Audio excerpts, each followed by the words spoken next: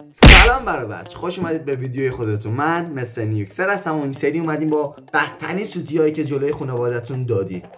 یادتون نره که اول از همه چنل رو سابسکرایب کنید و زنگوله بغلش رو بزنید. لایک و کامنت فراموش نشه عزیزم. بدون هیچ وقت تلفی با قدرت So let's go.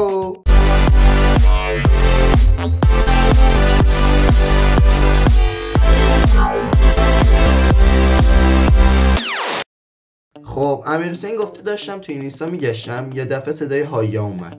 این که عادیه، همه واسمون پیش اومده، لامصمون صدام قطع نمیشه و گوشیو بشکونی بتره کنیش تا قطع بشه. واقعا بد حالتیه واسه آدم. یاسین آرت گفته جلوی خانواده تک با موتور. منظورتو نفهمیدم. جلوی خانواده تک بودی با موتور یا جلوی خانواده تک چرخ زدی با موتور؟ دقیقا نفهمیدم منظورت چیه. اگه شما فهمیدید تو کامنت ها بگید.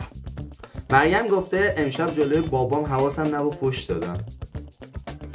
خب فحش دادی، فحش بد بوده. خب اگه فحش بد بوده مثبت 18 بوده یا همین عادی مادی، یا بستگی داره چی باشه. واکنش بابات چی بوده؟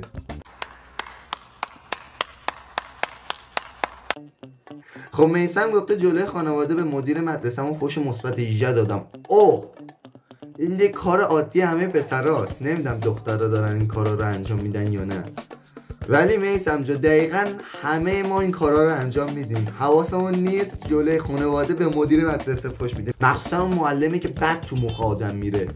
یعنی فحشی میدیم بهش که کلا جلوی رفیقا ما اون فحشا نمیدیم.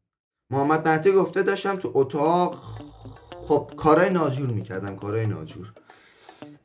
بابام اومد تو اتاق، خدا رحمتت کنه عزیز من.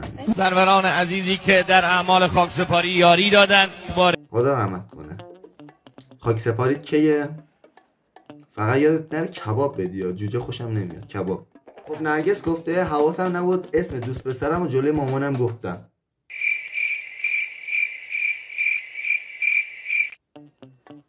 اول از همه چند سالته دوست پسر داری؟ دوم از همه چی جوری جمعش کردی که مامانت نکشتت الان؟